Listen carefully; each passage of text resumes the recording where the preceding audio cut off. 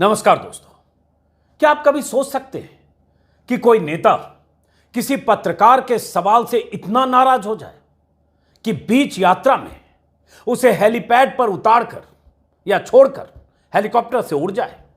क्या आप सोच सकते हैं कि कई सालों से परिचित और कई बार इंटरव्यू कर चुके किसी पत्रकार के सवाल से बौखलाकर कोई सीएम हेलीकॉप्टर से उतरते वक्त कह दे कि हमारी आखिरी मुलाकात है और वो सीएम दोबारा उस पत्रकार से मिलना बंद कर दे? क्या आप सोच सकते हैं कि कोई मुख्यमंत्री 15-20 सालों के परिचय की डोर सिर्फ एक सवाल से चिढ़कर एक झटके में तोड़ दे? नहीं सोच सकते हैं तो आज सुन लीजिए। यह कहानी है प्रधानमंत्री मोदी और वरिष्ठ टीवी पत्रकार विजय त्रिवेदी की। कहानी करीब 13 साल पुरानी है, लेकिन आज मैं क्यों सुना रहा हूं यह आगे बताऊंगा। पहले सुनिए कहानी और समझिए कि करीब 12-13 साल तक गुजरात के सीएम रहे और करीब 8.5 साल से देश के पीएम मोदी जरूरी सवालों को सुनना पसंद क्यों नहीं करते। यह बात है 2009 की।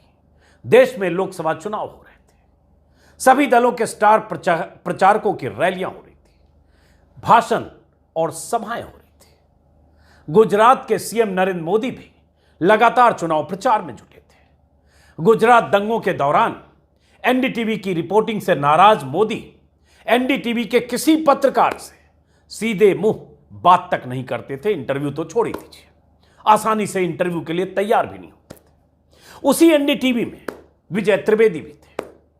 विजय त्रिवेदी 90 के दशक से बीजेपी कवर करते रहे थे। इस नाते नरेंद्र मोदी समेत बीजेपी के सभी बड़े नेताओं से उनका ठीक ठाक परिचय था। सीएम बनने से पहले भी और सीएम बनने के बाद भी नरेंद्र मोदी से विजय त्रिवेदी दर्जनों बार मिल चुके थे, कई बार इंटरव्यू भी कर चुके थे। लिहाजा मोदी से विजय त्रिवेदी ने उस चुनाव के दौरान भी इंटरव्यू के लिए संपर्क किया। वो वक्त था जब यूपीए की सरकार थी और चुनाव के पहले दिल्ली सिख दंगे को लेकर कांग्रेस के खिलाफ माहौल बनाने की कोशिशें हो रही थी। चिदंबरम की प्रेस कॉन्फ्रेंस में उन पर जूता चल चुका था। कांग्रेस डिफेंसिव मोड में थी। दंगों के आरोपी सज्जन कुमार और जगदीश टाइटलर जैसे नेताओं के टिकट काटे जा चुके थे। कांग्रेस गुजरात दंगों को लेकर मोदी को घेरने में जुटी थी। यानी दोनों तरफ से दंगों पर आरोप प्रत्यारोप चल रहे थे। तभी विजय त्रिवेदी के अनुरोध पर उन्हें गुजरात के सीएम नरेंद्र मोदी से इंटरव्यू का वक्त मिल गया। सुबह की फ्लाइट से विजय त्रिवेदी अहमदाबाद पहुंचे। तयशुदा कार्यक्रम के मुताबिक उन्हें वहां से मोदी के साथ चॉपर में जाना था। मोदी की 2 सभाओं को कवर करते हुए चॉपर में ही विजय त्रिवेदी को नरेंद्र मोदी का इंटरव्यू करना था और शाम तक अहमदाबाद लौटना था। वैसे जहां तक मेरी जानकारी है कि तय शायद यह हुआ था कि अमरेली में होने वाली दूसरी सभा के बाद मोदी वहां से स्टेट प्लेन से किसी मीटिंग के लिए मुंबई जाने वाले थे और उसी चॉपर से वापसी में विजय त्रिवेदी अपने कैमरामैन के साथ अहमदाबाद लौटने वाले थे। समय पर अहमदाबाद से चॉपर आसमान में उड़ा। उस जमाने का चॉपर हेलीकॉप्टर छोटा होता था, आज से 13 साल पहले की बात है। उसमें 5 यात्री सवार हुए। मुख्यमंत्री नरेंद्र मोदी, उनके 2 सहयोगी, एनडीटीवी के पत्रकार विजय त्रिवेदी और उनके लोकल कैमरामैन जो अहमदाबाद में थे। अनौपचारिक बातचीत के बाद आसमान में उड़ते हेलीकॉप्टर में मोदी से इंटरव्यू की शुरुआत हुई। 5-7 मिनट तक इधर उधर के सवालों के बाद विजय त्रिवेदी ने सिख दंगों को लेकर कांग्रेस की माफी और 2 नेताओं के टिकट काटने का जिक्र करते हुए उनसे गुजरात दंगों पर सवाल किया। बस जैसे गुजरात दंगों में मोदी की भूमिका और उन पर लगे आरोपों पर सवाल हुए और यह पूछा गया क्या आप भी माफी मांगेंगे, बस मोदी का पारा गर्म होने लगा। देखिए और आगे गौर से देखिएगा क्या होने वाला है। अभी कांग्रेस ने सिख राइट्स को लेकर जगदीश टाइटलर और सज्जन कुमार का टिकट काटा। कांग्रेस ने माफी मांगी सिख कत्लेआम के लिए। हम सिख कत्लेआम बोलते हैं, जैसे कांग्रेस दंगा बोलती है, हम सिख कत्लेआम बोलते हैं, जो 3000 सिख इस प्रदेश भर में मारे गए। क्या आपको लगता है कि जिस तरह से सिख कत्लेआम के लिए कांग्रेस ने माफी मांगी, नरेंद्र मोदी जी को या बीजेपी को गुजरात के दंगों के लिए माफी मांगनी चाहिए?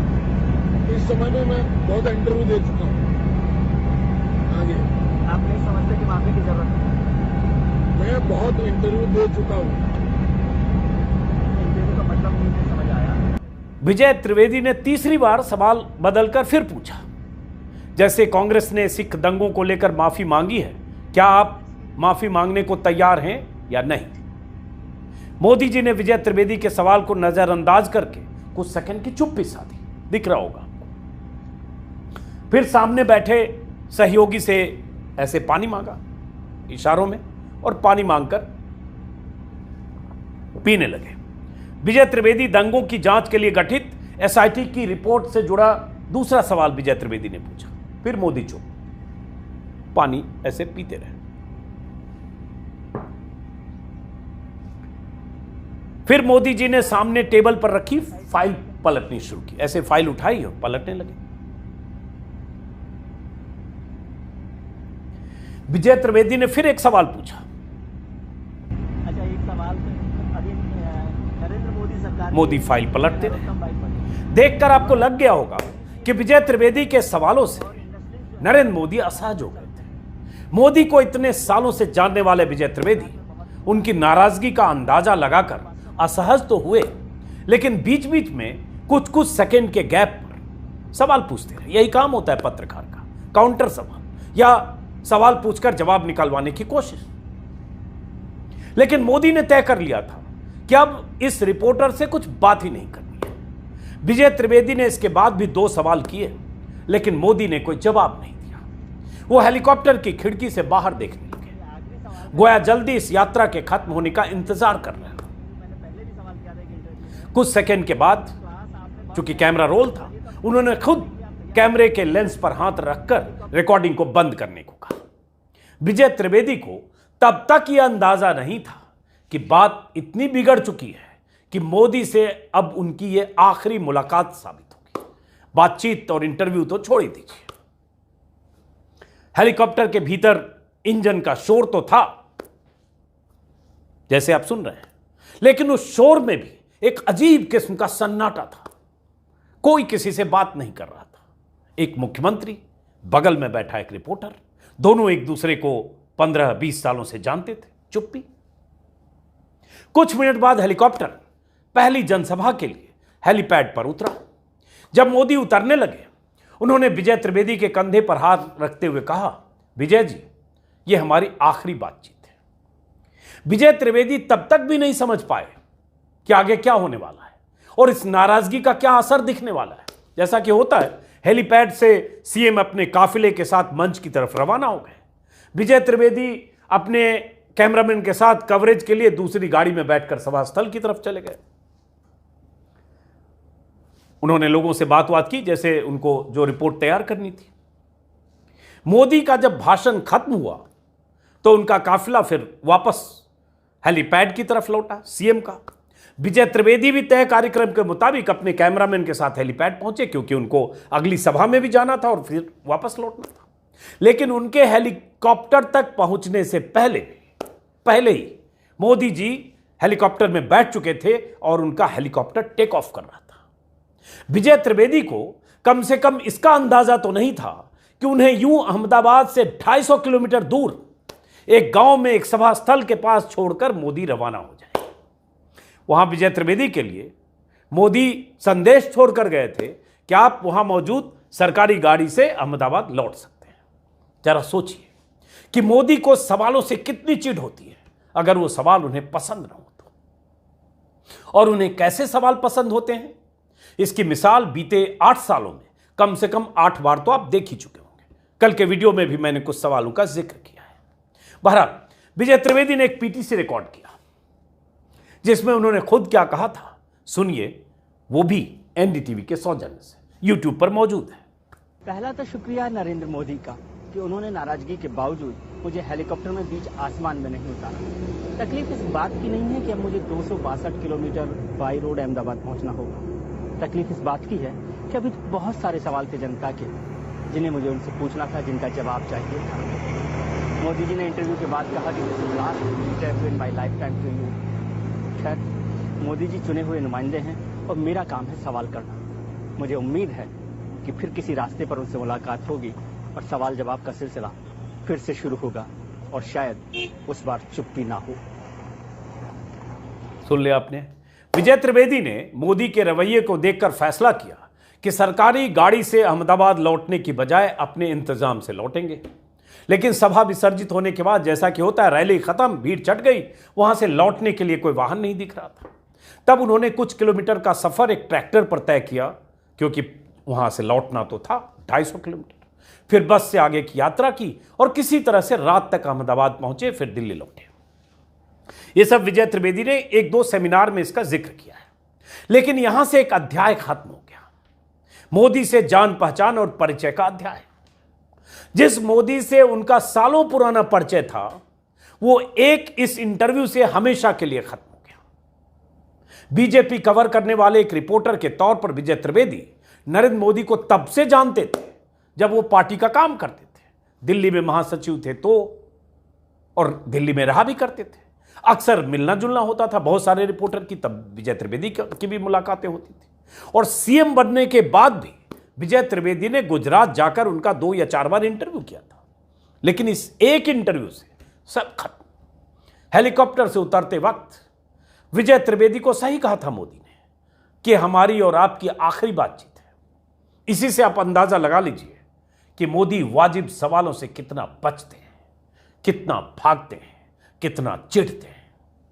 करण थापर के साथ मोदी का इंटरव्यू का किस्सा भी आप जानते ही होंगे, वो भी संक्षिप्त में बता देता हूं।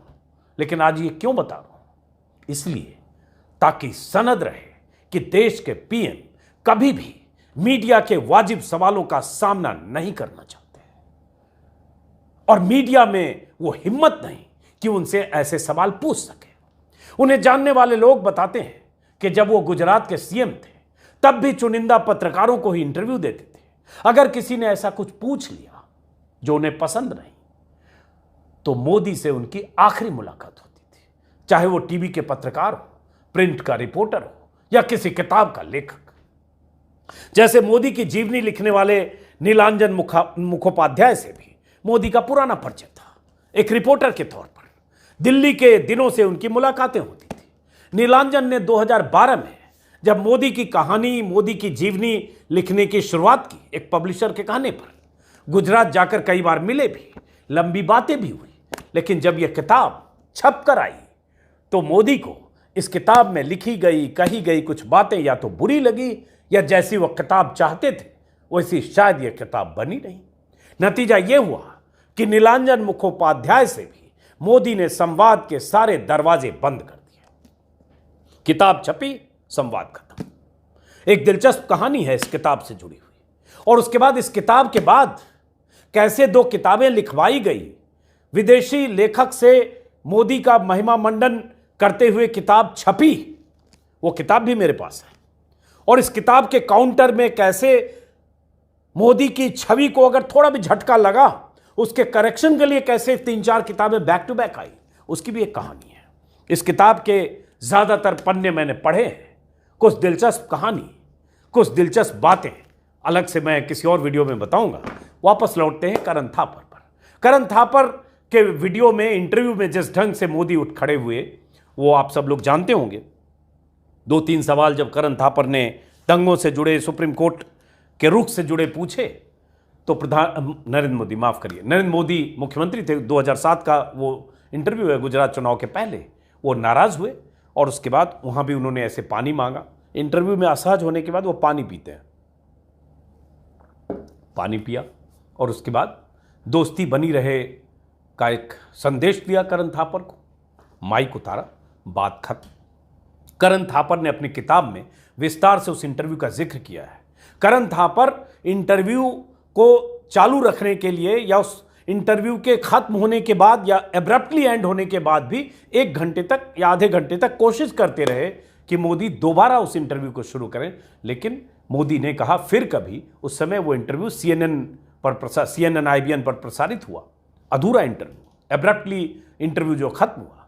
लेकिन उसके बाद करण थापर और नरेंद्र मोदी की भी कोई बातचीत नहीं हुई। किताब में उन्होंने जिक्र किया है कि जब वो दिल्ली आ गए और वो अधूरा इंटरव्यू टेलीकास्ट होना शुरू हुआ, तब नरेंद्र मोदी ने एक बार उन्हें फ़ोन किया और कहा, आप मेरे कंधे पर बंदूक रखकर चला रहे हैं, और उसके बाद वो संवाद खत्म। तो नरेंद्र मोदी को तीखे सवाल तो छोड़िए, वाजिब सवाल भी पसंद नहीं है। इसलिए वो इंटरव्यू देते हैं अक्षय कुमार को, इंटरव्यू देते हैं कुछ चुनिंदा पत्रकारों को, सवाल थकने से लेकर टॉनिक पीने तक और ऐसे इधर उधर की बातें, ताकि वो सवाल न पूछे जाएं जो सवाल उनके वादों से निकलता है, जो सवाल उन्होंने 2013-14 में जो बातें कही थी, अच्छे दिन लाने से लेकर, काला धन लाने से लेकर, उसके बाद नोटबंदी, किसानों से जुड़े सवाल, महंगाई से जुड़े सवाल, तमाम ऐसे सवाल, लंबी लिस्ट हो सकती है। वो सवाल कोई ना पूछे, इसलिए मोदी मीडिया के सामने प्रेस कॉन्फ्रेंस नहीं करते, सामूहिक तौर पर सवालों का सामना नहीं करते और इंटरव्यू चुनिंदा लोगों को ही देते हैं। और अगर इंटरव्यू में ऐसे सवाल पूछे जाते हैं जिसका जिक्र किया, तो आप देखते हैं वो दरवाजा कैसे बंद होता है। मकसद है, जो शख्स देश की सत्ता पर बैठा है, 135 करोड़ की आबादी का नुमाइंदगी करता है, देश दुनिया में घूमकर बड़ी बड़ी बातें करता है, वो सवालों से क्यों बचता है? अगले वीडियो में भी कुछ और बातें होगी। फिलहाल इस वीडियो को खत्म करता हूं। एक अपील कि अगर आप मेरी पत्रकारिता को पसंद करते हैं, सहयोग करना चाहते हैं, तो एक ज्वाइन बटन है, ज्वाइन बटन दबाएं, मेरी पत्रकारिता को सहयोग करें, मेरे चैनल को सब्सक्राइब करें और बेल आइकन ज़रूर दबाएं ताकि आपको नोटिफिकेशन पहुंचे। फिलहाल इस वीडियो को ख़त्म करते हैं, फिर मुलाकात होगी। नमस्कार।